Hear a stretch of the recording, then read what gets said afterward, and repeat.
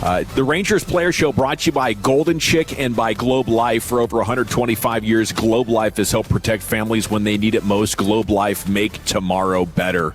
And Josh Jung, Rangers third baseman, World Series champion, joining you now here on The Fan. And a good afternoon, sir. How the heck are you? I'm good. How are you guys doing? Well, we're doing great. It's always fun to be here. Yankees in town, little extra juice. And watching you play has put a pep in our step here recently. Josh, what's clicking for you up there? Man, I'm just being consistent in my daily disciplines and contributed all that. What do your daily disciplines look like? What goes into it? I mean, my schedule's pretty detailed. But, I mean, can't give away all my secrets, but just know it's so detailed that my teammates pretty much know where I am on a 30-minute basis.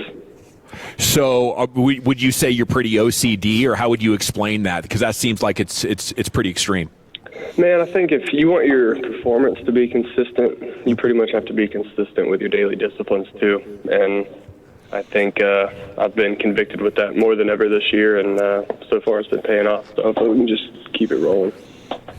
Josh, we've talked a lot about the way the ball flies in the home ballpark. Is that a conversation you guys have at all, or is it kind of just a lot of nothing? I mean, it's definitely a real thing. It sometimes it sucks, sometimes it kind of works out. I mean, it just kind of is what it is at this point. I mean, there's no reason to put a ton of weight into it. Sometimes it doesn't go the way you want to. Sometimes it does. I mean, it's just the way the baseball flies. Hey, Josh, in the media, we're not always fair with you. And, and so how do you balance when we not fair to you with now we love you so much? How does that work? Because tell me to go kick no, rocks, seriously, Josh. I mean, you take a lot of heat about, the things with, and I'm being serious, but I just wonder how you kind of balance out what we're doing to you. Just don't pay attention to it, to be honest. I don't blame you. That's the biggest thing. I mean, because you start letting that affect you, it can run you down a rabbit hole quick. Mm-hmm. Where would you see that? If is it social media? Is it TV? Yeah, social media for sure. I mean, all the above. Yeah. It's everywhere. Yeah. Are you maybe envious of previous generations that didn't have to deal with it as much? No. I'm happy to be where I'm at now, but, I mean, you can't escape it. It's just there, no matter what you do. Even if you try to avoid it, it's there. But you just don't give it any weight, and you just continue doing what you're doing. So how do we get onto Twitter or Instagram or whatever and have the fun experience of social media? Like, do you create a secondary account that has nothing to do with baseball so you can kind of look at your hobbies or interests? Not really. No, I mean, I don't get on social media a ton, so just in general, I'm not on it a bunch. But I mean, when you do, it's definitely there. What goes into hitting a bunch of line drives? Because that's what you're doing right now. I don't care how the ball carries in this park, but you seem to have an understanding of how to hit line drives. That seems like the best way to navigate these things. A lot of doubles in what we've seen from you here lately. Yeah, I'm just trying to make contact. I'm trying just to touch it. That's kind of been my thing the last couple of weeks. Is don't go up there and try to overswing. Don't go up there and try to mash the baseball and be the Hulk. Just go up there and touch it and try to win at bats the best I can. And it's been going my way recently. Going to try and keep it that way, but just trying to keep things simple up there, man. Well, it is National Superhero Day, Josh, and you brought up the Hulk. If you could have one superpower, what would that superpower be? I'm a huge Captain America fan, so I think I'd take the serum and run with it. Okay, I've been watching the Captain America movies with my kid quite a bit lately, and I'm a little unimpressed. Like, what did that serum actually do to him? He got yoked.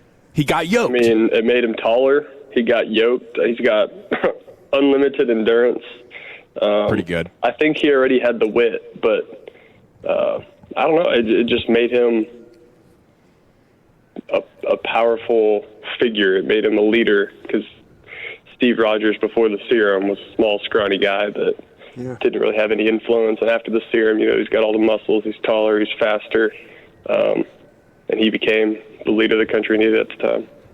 They made him like a D1 linebacker. I thought it was pretty good, but I think he got shortchanged if other superheroes are flying or like the Hulk, bulletproof skin. I mean, I don't know.